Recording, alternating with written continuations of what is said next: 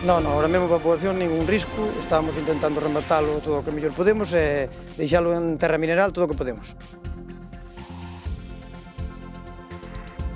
No concello ourensán de Baltar está xa estabilizado o lume que afecta a parroquia de Garabelos e no que levan ardidas máis dun 100 de hectáreas.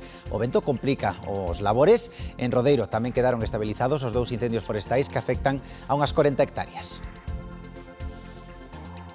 Pendentes dos lumes, saudos, que tal, boas tardes, e tamén do milleiro de empregos que se van crear en Galicia grazas aos novos proxectos industriais previstos para as Pontes.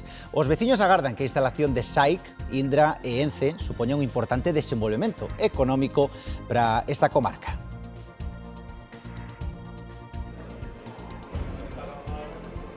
E hai 45 anos entraba en vigor a primeira lei do divorcio en España. Un avance social e xurídico que permitiu decidir con máis liberdade na vida familiar. Dende entón, todo avanzou. A sociedade e tamén a propia lei. Hoxe en día, 8 de cada 10 rupturas matrimoniais son de mutuo acordo.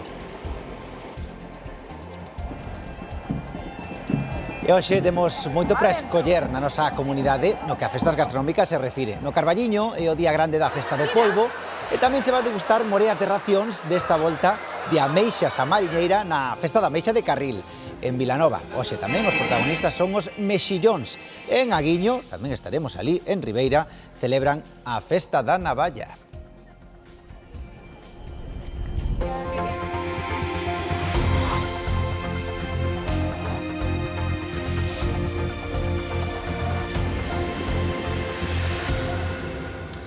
Comezamos en Baltar, ali o lume está xa estabilizado e os equipos de extinción vixían sobre todo o vento. Hai 120 hectáreas calcinadas.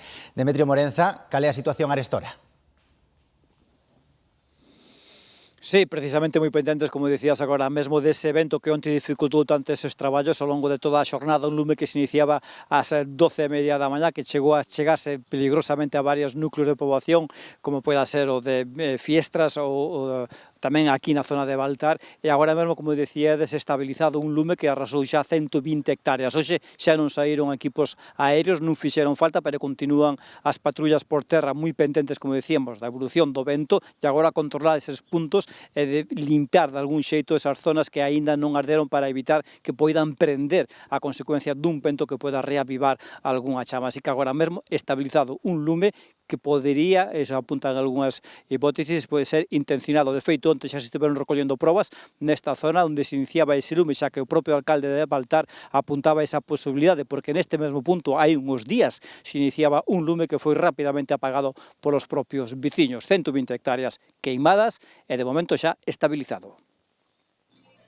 No concello ourensán de Baltar seguen traballando para extinguir o incendio que comezou pouco despois do mediodía deste sábado. Iniciouse na parroquia de Garabelos do Bouzo e segue activo, aínda que evoluciona favorablemente. É a mellor complicación que temos, porque, claro, avivan moitísimas llamas. Eu prefiro moito mellor que haxa temperaturas altas con casi ningún vento ou pouco vento, que a temperaturas baixas con moito vento. Bueno, agora mesmo para a poboación ningún risco, estamos intentando rematalo todo o que mellor podemos e deixalo en terra mineral todo o que podemos. En Rodeiro, na parroquia de Carboentes, o terreo aínda fumega e pode verse algunha lapa. O lume que prendeu este sábado na zona segue activo, pero xa está estabilizado dende primeira hora da mañá. Aínda que a veciñanza está agora máis tranquila, pasaron momentos de incerteza. O incendio chegouse a casas e explotacións e tiveron que mobilizarse ata a chegada dos medios profesionais. Colleron as cisternas, tractores, e despois xa viñeron os de avionetas, bueno, de todo, pero eso foi terrible. Eu non pasei medo comer na miña vida, porque estábamos rodeados por todas partes. Non moi lonxe dali, na parroquia de Arnego, outro incendio permanece activo e tamén estabilizado. Orixinouse minutos antes do de Carboentes. Para a súa extinción, mobilizáronse 12 axentes, 10 brigadas, 8 motobombas, 4 helicópteros, 2 avións e un APA. Seguiremos pendentes dos incendios, pero temos que falar tamén agora do sector naval vigués, que está a vivir un bo momento con carga de traballo pros próximos anos. E o caso do estaleiro Freire, o que se lle quedan pequenas as instalacións de Bouzas e ven de pedir máis superficie á autoridade portuaria. Xoan Pereira. A solicitude de ampliación que ven de ser publicada no BOE faise a través da Sociedade Estaleiros e Varadeiros San Gregorio, que é propiedade tamén do Grupo Freire e que ocupa a zona da curva que ten o mesmo nome aquí en Bouzas. Solicita a Autoridade Portuaria de Vigo a prórroga da concesión e a posibilidade de ocupar 15.500 metros cadrados en terra e case 3.000 de lámina de auga. A crecente carga de traballo do estaleiro motiva a necesidade de ampliar espazo para a construción e reparación de buques de todo tipo. A empresa dá emprego entre directos e da industria auxiliar a 350 traballadores. Grazas, Xoán. Ben, dende este ano vai mudar o xeito no que reciclamos, imos ter que pagar unha fianza duns céntimos cando merquemos envases de plástico, latas ou cartón dun só uso. Arestora, unha botella de auga, bebémola, guindámola ao contedor amarelo e esquecémonos despois dela. Ben, pois a partir de novembro bebemos esa mesma botella, guardamos o envase para botalo nun punto de retorno e así devolveranos o noso depósito, esa fianza que comentábamos duns céntimos. A idea é que no 2029 reciclemos o 90% destes plásticos. Para os menos novos será unha mirada polo retrovisor aos anos 80 do século pasado. Eso xa se facía fai moitos anos. Al devolver o envase, devolvíanche, cando era neno, devolvíanche os cartos. Volvemos aos tempos que se levaba a botella de leima e costaba menos, vale? A partir de novembro faremos prácticamente o mesmo. Pagaremos algo máis polas botellas e as latas e recuperaremos os cartos cando devolvamos os envases ao punto de depósito. A verdad non lo veo mal, porque normalmente están tiradas por la calle. As cousas se virán despois, pero o normal é que iso sea unha medida para sensibilizar a xente de que temos que ser máis ecológicos, evidentemente. Non é algo novidoso, países como Alemanha levan anos con este sistema. Es una botella Vive. O sea, iba marcando la tata que me van dando. O obxectivo é mellorar as taxas de reciclaxe. Actualmente só depositamos no colector amarelo o 40% dos envases, lonxe do 70% que exixía a Unión Europea.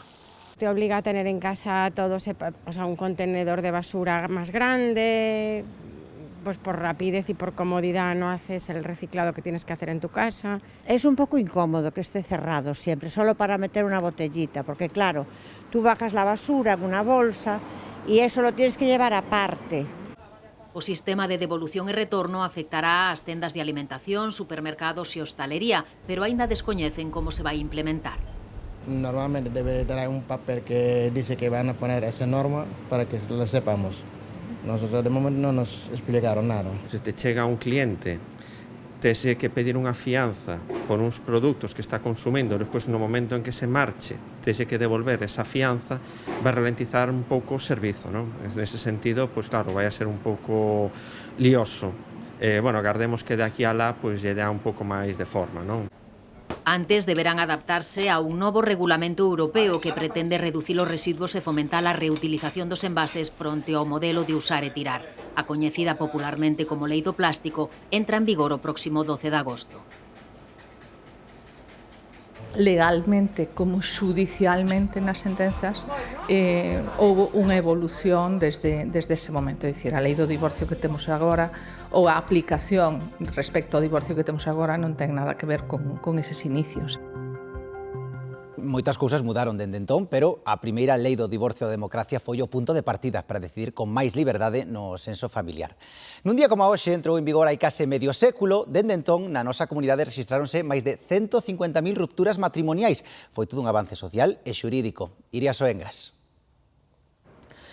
Si, fanse 45 anos da aprobación dunha norma que veu dar solución a moitas parellas que estaban obrigadas a seguir xuntas porque a única vía para disolver o matrimonio pasaba polos tribunais eclesiásticos. Unha lei que se foi reformando co paso dos anos e que pasou, por exemplo, dun modelo en que a custodia recaía exclusivamente nas mulleres a que a día doxe a custodia compartida sexa a opción maioritaria. Tamén se reduciron os litixios nos xulgados e, de feito, o ano pasado algo máis do 80% dos divorcios resolvéronse de mutuo acordo. Unha norma que trouxe un importante cambio social e que abriu a porta a novos modelos de familia.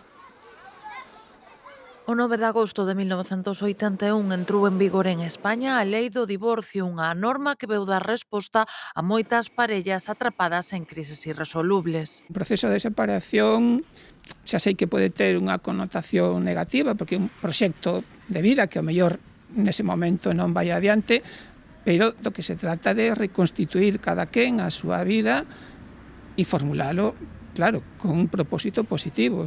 Ata entón, a única vía para disolver un matrimonio pasaba polos tribunais eclesiásticos. Proceso complicado, a nulidade eclesiástica, porque hai que probar determinadas causas realmente importantes que xustifiquen que ese matrimonio relixioso non foi feito da forma correcta, da forma adecuada, cumplindo os requisitos que efectivamente o dereito canónico exixe. A día de hoxe, se hai acordo entre as partes, o procedemento simplificouse moito. Pero en todo caso, chégase a ese acordo por parte dos cónxuxes. Se hai menores, de feito, teñen que ir á vía xudicial, pero se non hai menores, podeno tramitar perante un notario, por exemplo, vale? Que o mellor o coste é un pouco superior, pero evidentemente é moito máis rápido. As distintas reformas foron adaptando a normas necesidades das familias, pero ainda hai quen cree que hai aspectos que poden mellorarse. Pero aínda lle faltan mecanismos para que na vía xudicial, cando os procesos se enquistan, os xuíces conten con apoios áxiles dos gabinetes de avaliación psicosocial, non? España foi dos últimos países en Europa en aprobar unha lei que supuxo un importante cambio social cara á igualdade. Pois o verán pode ser unha das épocas onde máis crises matrimoniais se xestan. Crises de parella que afloran e o número de divorcios aumenta a partir de agosto. Máis tempo xuntos, máis oportunidades e probabilidades de conflito entre as parellas, é ese o problema do verán? A lo mellor esta pregunta pode contestar a mellor un sociólogo ou un psicólogo, non? A miña opinión persoal é que efectivamente, bueno, pois máis tempo xuntos, se hai rencillas pretéritas explotan en esos momentos. E entón, pois, o mellor despois, cando si o están, pois, danse de conta que o mellor pois que non son compatibles. A convivencia as 24 horas do día durante as vacacións de verán pode sacar a luz os problemas de parella. Moitos deciden separarse ou divorciarse tralo período de descanso estival. As estatísticas amosan que por esta época, e máis ben chegando xa a setembro, hai un repunte destacado con ata o 40% de máis demandas de divorcio e inicio de procedementos legais.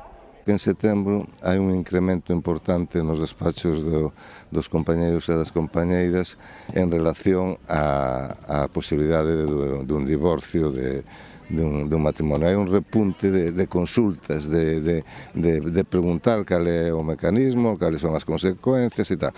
Outra cousa que despois se materialice, non? As cousas nunca suceden porque si, ao mellor é algunha plantiña que se vai medrando e a veces, pois, bueno, chega un momento. A convivencia seguramente así. Durante o resto do ano, o traballo e as obrigas serven ás veces de excusa para evitar conflitos. No verán, máis convivencia, menos rutina, os fillos en colexio, conleva que afloren os problemas.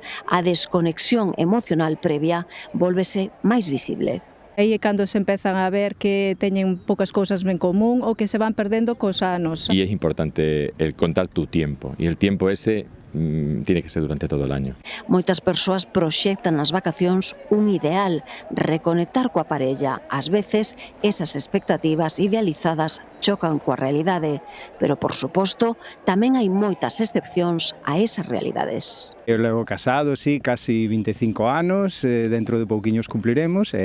Bueno, sí que é certo que cando chega o verano convives máis, estás máis tempo, pero, bueno, tamén forma parte da relación da propia parella. Non hai momentos críticos. Entre a desconfianza e a expectación, As Pontes vai camiño de recuperar o seu posto como motor industrial en Galicia. A instalación futura de varias plantas empresariais así o fai crer. Conxuntamente, serían alrededor de 1000 postos de traballo relacionados co sector dos componentes de automoción, a fabricación de vehículos militares e a reciclaxe de fibras.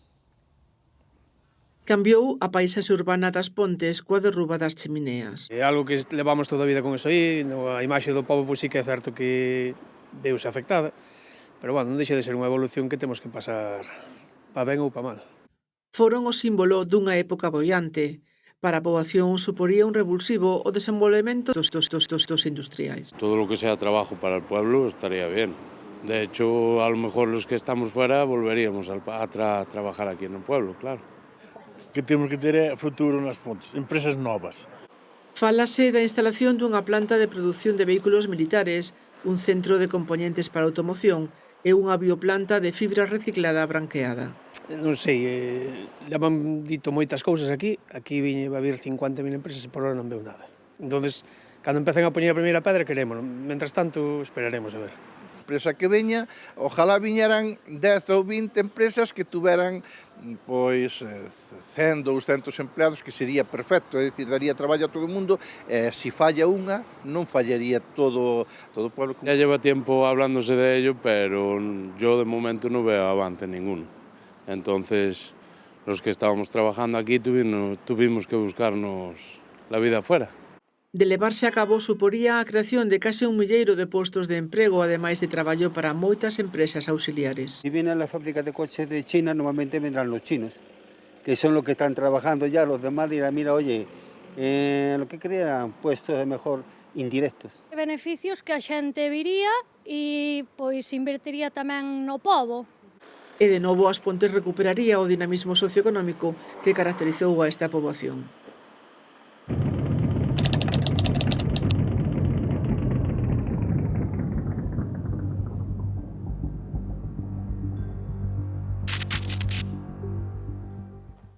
Non queda nada, dentro de 3 días chega Eclipse coas súas xoias. Primeiro será o anel de diamante, a forma circular de luz sobre a lúa, e despois o diamante e este último chispazo. Xusto despois, a lúa gaña máis terreo e os seus cráteres, que forman unha superficie irregular, separan ese último chispazo agasallándonos coas perlas de Bailey. Para rematar, o astro xa vai tapar toda a superficie do Sol e por detrás imos ver a luz do Sol, isto é, a coroa solar. Estes fenómenos ópticos verémolos antes e despois de eclipse total, experiencias que son únicas. E os veciños de algúns concellos non van ter que percorrer moitos kilómetros para velas. Comprobámolo hoxe en Lalín. Na parroquia de Goiás, a veciñanza verá a eclipse total ou parcial desde as súas casas segundo o lugar exacto onde estean. A liña divide Beilás. En aldea, os veciños máis afortunados terán 4 segundos para ver desaparecer o sol, distinguir as perlas de Bailey e apreciar a coroa solar. Desde aquí que se vai ver moi ben desde a nosa casa, que se vai ver perfecto como nós vemos cando estamos aí sentados, que o vemos o sol poñéndose. Hai que poñer gafas e velo é unha cousa bonita, e máis cando empeza a escurecer, que queda sin ver nada de eso, do sol, eso para min sería un éxito. Un éxito ver eso. Nada, verino aquí dentro da casa, non tiña pensado... Bueno, aí arriba é un sitio un pouco máis alto, bueno, pois quizás que se vexa mellor, pero onde está o campo da festa. O sea, que aquí que é unha zona privilexiada para velo. Do outro lado da aldea quedarán cun eclipse parcial do 99,99%. A diferenza parece pequena, pero a vista vaise notar ben. Por iso a veciñanza dese lado, igual que a de Lalín, hai días que reservaron sitio no altar do Sol, en Alperiz. Iremos a ver no sitio oficial que propón o Concello, alá cerca de Alperiz, non? E, bueno, para ter a garantía de que se vai a ver todo, claro. Sobre todo, pois, por loar meus pais, xa digo, se a les interesa ir a velo, pois, por suposto que valen, porque senón hai que esperar tanto para a próxima. Os veciños de Beilás sentarán como a todas as tardes a ver o sol pôr. Este mércores algo antes, sabéndose privilexiados de estar do lado da liña que o deixa ver. Xa saben. Ben, a Xunta prevé un verán de récord coa mirada posta na eclipse, que atraerá máis do 30% dos turistas de agosto á nosa comunidade. A ocupación hoteleira medrou máis dun 3% e o prezo medio das reservas está por riba dos 125 euros por persoa. Calculan que a eclipse atraerá a moitos turistas e que en Galicia hai moitos concellos situados na franxa de totalidade e un dos mellores puntos para poder gozar dela. Falando mellor ano turístico de historia de Galicia en termos económicos. O ano pasado foron casi 470 millóns de euros. Creemos que coa eclipse e coa trayectoria que leva o turismo galego, no que intervén a internacionalización con máis de un 30% de visitantes estranxeiros, pois vai ser probablemente o mellor ano turístico da historia de Galicia en termos económicos. Mércores 12 de agosto, esta Casa de Televisión de Galicia ten preparada unha programación especial para emitir durante toda esa xornada. Xa dende vos días, os informativos dedicaránse ao fenómeno, o Hora Galega converterase en Hora Eclipse e pola noite celebraremos o Eclipse Fest na Praia das Catedrais. Pero o punto culminante será o programa especial que comeza a 7:15 da tarde, non o perdan. A programación especial deste histórico 12 de agosto fará unha cobertura en directo que permitirá seguir a eclipse total de sol desde distintos puntos de Galicia ao longo de toda a xornada. Comezará xa a primeira hora co informativo Bos Días, que conectará cos principais puntos para seguir o acontecemento. Dedicarán todo o informativo a eclipse tanto ao Galicia Noticias como ao Telexornal Mediodía, que con Marta da Riba ampliará a súa duración e trasladará o seu escenario principal a Oleiros. Seguirá en directo como se van enchendo os principais lugares de observación, atenderá a situación do tráfico e os dispositivos de seguridade e ofrecerá conexións por toda Galicia. Hora galega converterase dende Ribadeo en hora eclipse pola mañá e pola tarde. E o momento central chegará co especial eclipse, que comezará ás 19:15, coincidindo ca fase decisiva do fenómeno. Presentado por Pablo Muñoz e Sabela Romar, o programa emitirase dende o Faro de Mera, en Oleiros. Coordinará un amplo despregamento de directos por todo o país, dende o Monte de San Pedro ás praias de Riazor e Orzán, o Altar do Sol de Lalín, a Muralla de Lugo ou a Cidade da Cultura. A emisión contará tamén con sinais permanentes do Sol e cámaras especiais e drons que ofrecerán en directo o momento da ocultación total. Pola noite, dende a Praia das Catedrais, o Eclipse Fest pechará ca Orquestra Panorama City e Nove Louro e Francisco unha histórica xornada que tamén vivirá a Radio Galega cunha programación especial.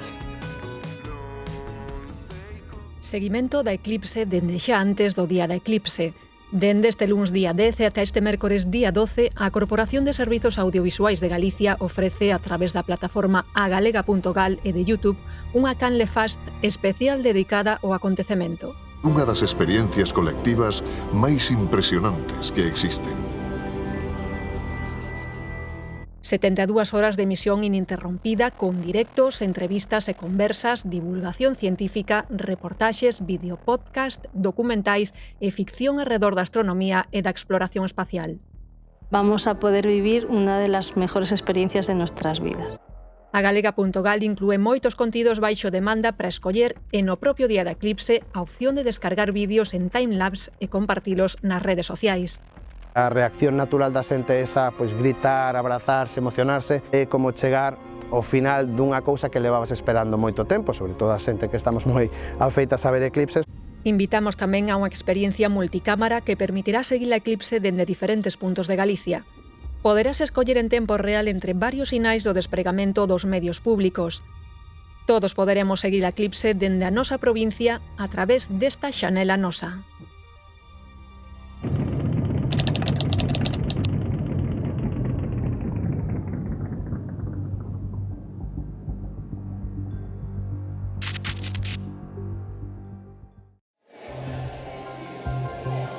Temos unha fin de semana cunha morea de festas espalladas por toda a xeografía galega e comezamos cada navalla en Aguillo. Están vendo imaxe en directo e como se prepara nos fogóns. A organización vai despachar máis de 1000 racións a un prezo duns 14 euros, e xa ven que están traballando arreo desta hora. Pois son uns 600 kilos a grella que se van degustar no Porto de Aguiño. Xente fai ringleira no Porto de Aguiño para mercar as súas racións de navallas. Moi boas, boísimas. Son moi boas, moi boas. Aconsello a todo o mundo que veña a probalas. Moi boas, moi boas. A mí encántame. Más que pouquiño viño blanco, que mellor cousa que es. Navajas, las de aquí no todavía. He probado navajas, pero las de aquí las probaré ahora. Apañaron as venres na praia da Catía, un banco marisqueiro que, segundo din aquí, dá unhas navallas especialmente boas. Que é boísima. É evidente que é moi boa. Aquí hai varias zonas de traballo, que é Castro Catía, Sálvora, pero ahora mismo toda a navalla é Castro Catía. Aínda que o produto xa ten calidade de seu, o preve co que se prepara tamén ten a súa importancia. O secreto de todo non che vou a dar, vou che dar algo. Isto leva aceite bo de oliva, leva viño albariño, despois leva condimentos, leva allo, leva prisela, leva outros condimentos máis. Está todo listo, vamos a encender o lume e vamos a empezar. Unha vez na grella non precisan de moita preparación. Sí, sobre 5 minutos, máis ou menos.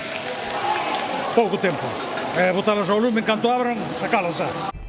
Hoxe vanse degustar en Aguiño alrededor de 600 kilos de navallas a 14 euros a ración. Pois o menú non remata aquí, porque se hai unha festa gastronómica multitudinaria no verán, esa é a Festa do Polbo do Carballiño. Levan varios días de festexos, pero hoxe é o seu día grande. Laura Álvarez.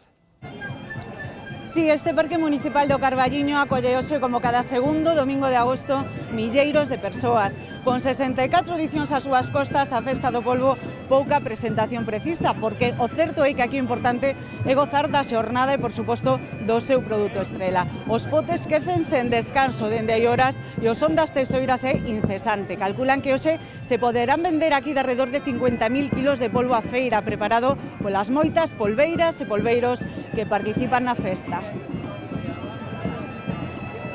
Hoxe é o día grande na Festa do Polbo do Carballiño. O novo suposto, canto calculades que ides preparar hoxe? 200 kiliños ou 300 kilos, máis ou menos. E son racións, canto é? Pois o doble, máis ou menos. Cumpre desta volta 64 edicións e conseguindo que moitos repitan ano tras ano. Levamos 15 anos vindo aquí a esta festa, unha festa maravillosa. O pulpo está moi rico, está no punto todo. Home, aquí vimos aquí entón.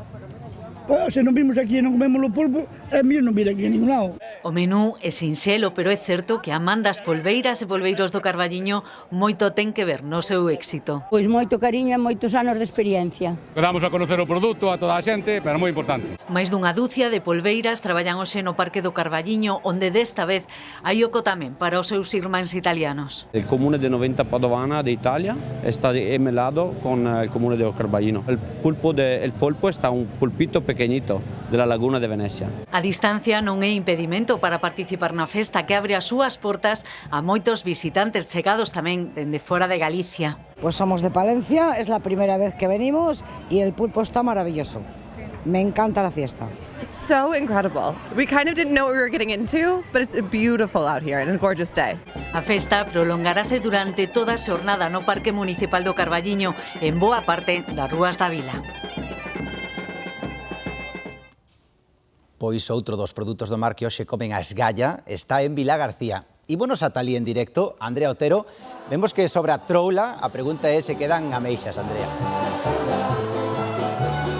Pois troula de abondo, pero ameixas algunha queda, pero seguro que non demasiadas, porque xa vedes que esta carpa, que por certo ten unhas vistas moi privilexiadas de cara á illa de Cortegada, está completamente chea de xente, a reventar de xente que non querían quedar sen a súa ración de ameixa de carril á mariñeira. Agardábase que para este día grande da festa se repartisen ata 9.000 racións deste produto e de seguro que se vai cumprir. Xa van 31 edicións desta festa gastronómica que busca poñer en valor ese traballo dos mariñeiros, dos mariscadores desta zona da Arousa e consegue, pero despois de comer continúa a festa, xa vedes aquí na carpa con moita música. Moitísimas grazas, Andrea. Ben, hai oficios que nacen do mar, no Grove, as pequenas cunchas das praias deron forma a unha tradición artesanal que hoxe apenas manteñen viva unha trintena de mulleres. Monse Betanzos, terceira xeración de colareiras, soubo transformar aquelas pezas, pensadas como recordos pros turistas, en creacións únicas que atesouran a identidade da súa terra.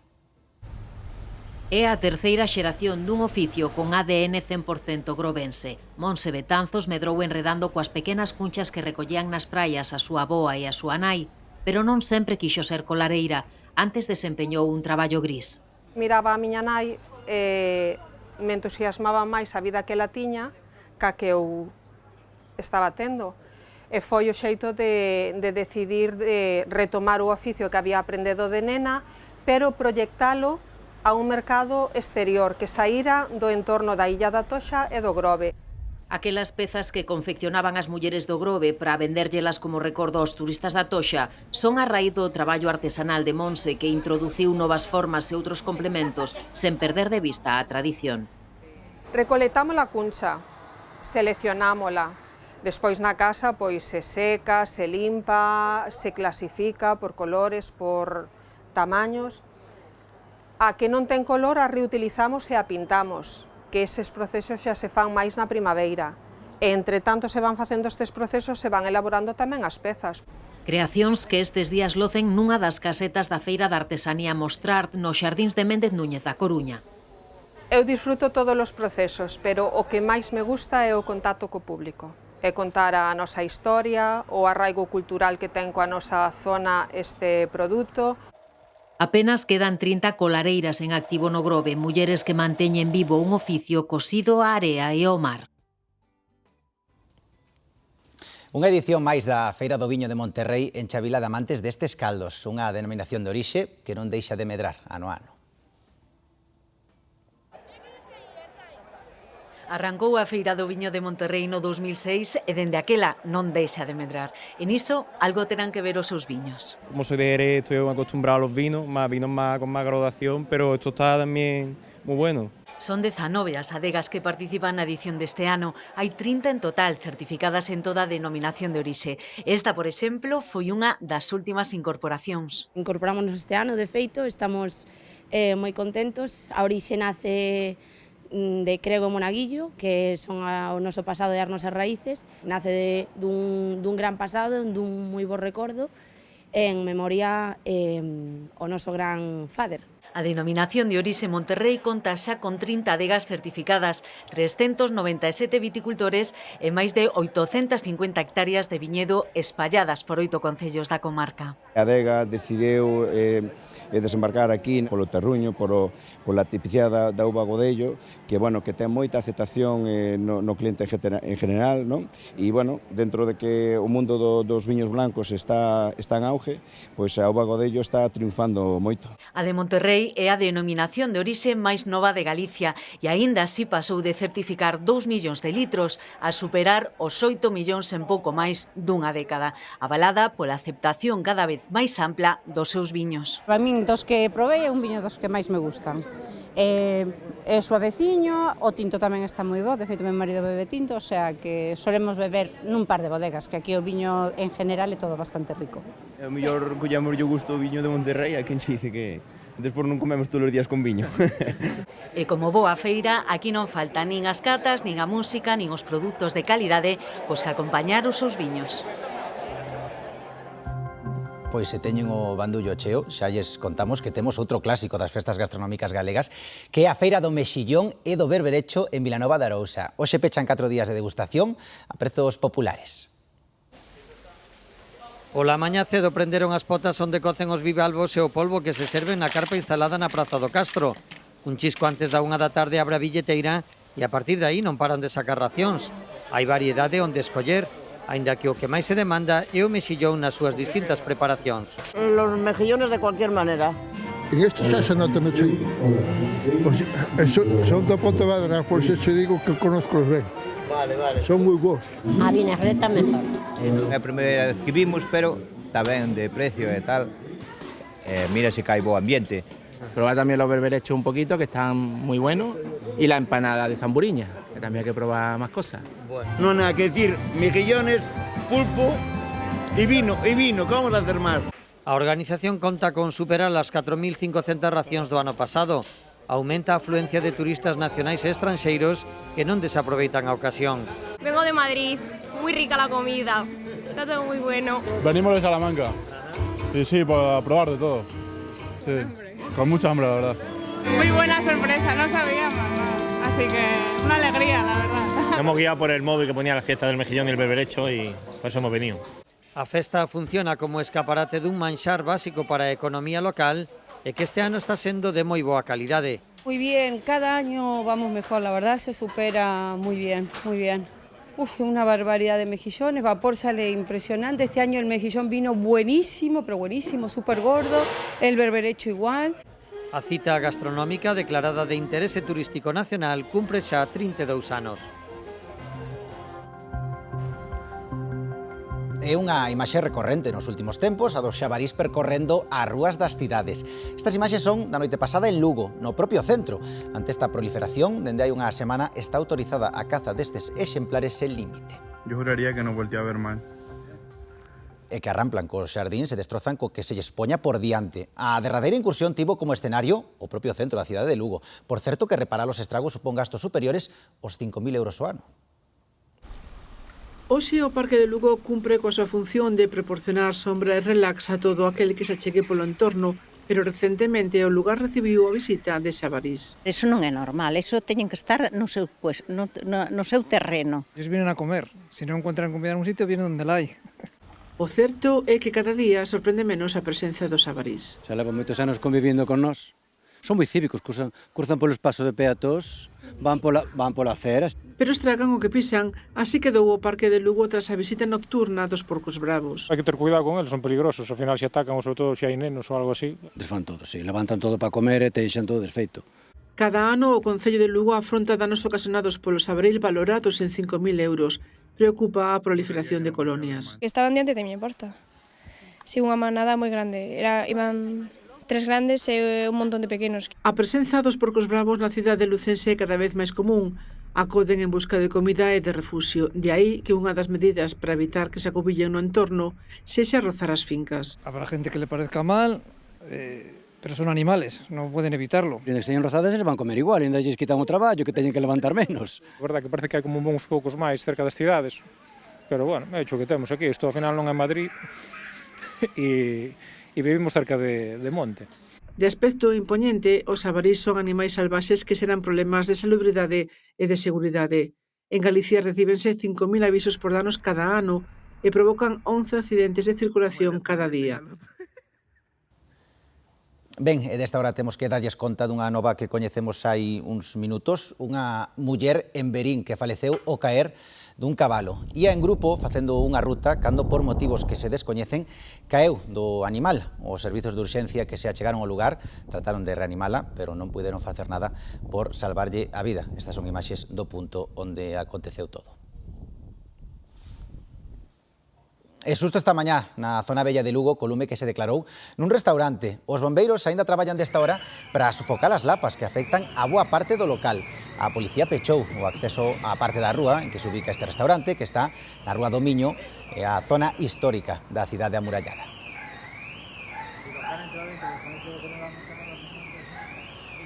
Ben, imos agora a Tarragón porque ali están consternados polo crime do exsecretario xeral da Asociación Agraria UAGA e a súa muller en Tauste.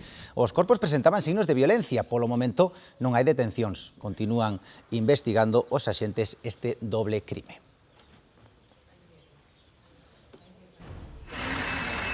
En Madrid, un home de 61 anos morreu nunha explosión ao incendiarse o semisótano do edificio onde vivía. Os bombeiros desplazáronse de dotacións ata o lugar para sufocar as lapas. Os sanitarios prestaron ademais apoio psicolóxico aos familiares do falecido. As circunstancias nas que se produciu a explosión e o posterior incendio están pendentes de esclarecerse. En el sótano, los cuartos de trasteros del edificio, donde hemos podido evacuar a una víctima que ha resultado fallecida. E continuamos pendentes dos incendios, estes os que continúan castigando varias zonas do territorio español. O máis importante segue a ser o da área onubense de Niebla, que leva xa 8.000 hectáreas queimadas, pero producíronse algúns avances na súa contención. Outros lumes afectan a Comunidade Valenciana e tamén a de Castela e León. A atención céntrase sobre todo no incendio de Niebla, en Huelva, onde o vento provocou unha propagación do lume que as autoridades cualificaban esta noite como espectacular. A nova positiva é que se produciron avances en paralelo na súa contención desde a madrugada porque se logrou selar a cola do lume. Nos toca todavía un día difícil, pero somos más optimistas. Se ha logrado al menos consolidar una zona ya muy amplia. O salto en hectáreas queimadas en Niebla é chamativo, das 4.000 na mañá de onte a 8.000 hoxe. O problema principal está en que o vento axuda a unha propagación das lapas a través de faíscas. De feito, iso xerou a aparición de varios focos secundarios e obriga a desplazar constantemente efectivos e maquinaria por seguridade. Hoxe son 500 os profesionais que traballan para extinguilo. Mentres, en Castellón, 4 incendios obrigaron o despregamento de 200 efectivos e 17 medios aéreos. Estas imaxes corresponden a Tirix, o que presenta o peor escenario. Aquí o lume avanza descontrolado e obrigou o confinamento dunha localidade de 900 habitantes.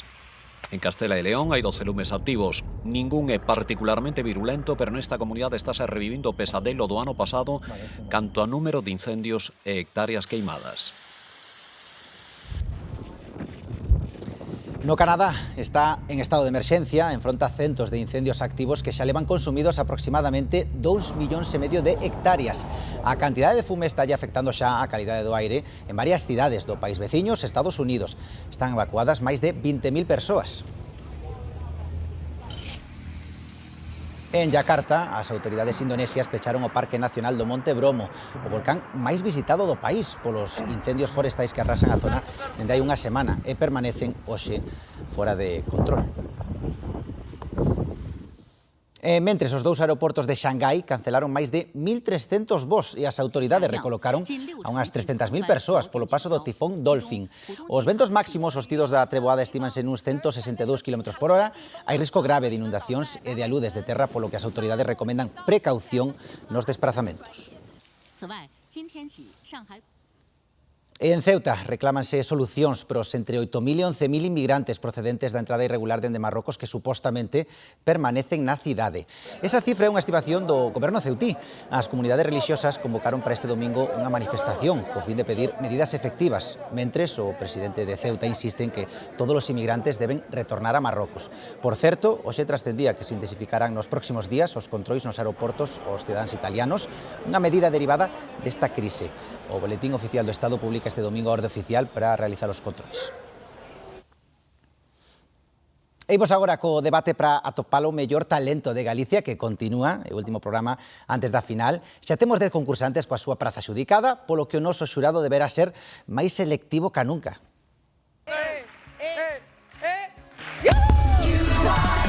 Antonio Garrido, María Mera e David Perdomo terán que tomar complexas decisións a tan só un paso para a gran final. Dende dous talentos que é imposible non agarimarse deles, ata tradición galega transformada en pura modernidade.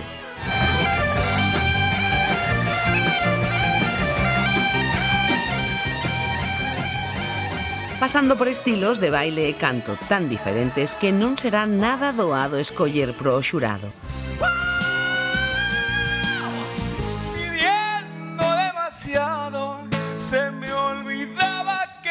Hoxe ás 10 da noite na Televisión de Galicia. Iso a noite, antes, nuns minutos, xa sabe que teñe cita co Tarde Piaches e hoxe, Silvia, pendentes da Eclipse, non? Que tal? Desde a Eclipse, como esta Casa Televisión de Galicia, facendo un especial, pero moi científico, con grandes expertos, astrónomos e astrofísicos, e tamén, por suposto, ademais da Eclipse, que presta toda a atención galega, contaremos cos nosos protagonistas de sempre en Tarde Piaches, con Enia Gándara, con Nusca Chousa, con Virginia Torres. Eu diría que vai ser un programa moi total. Veña, pois estaremos pendentes. Moitísimas grazas, Silvia.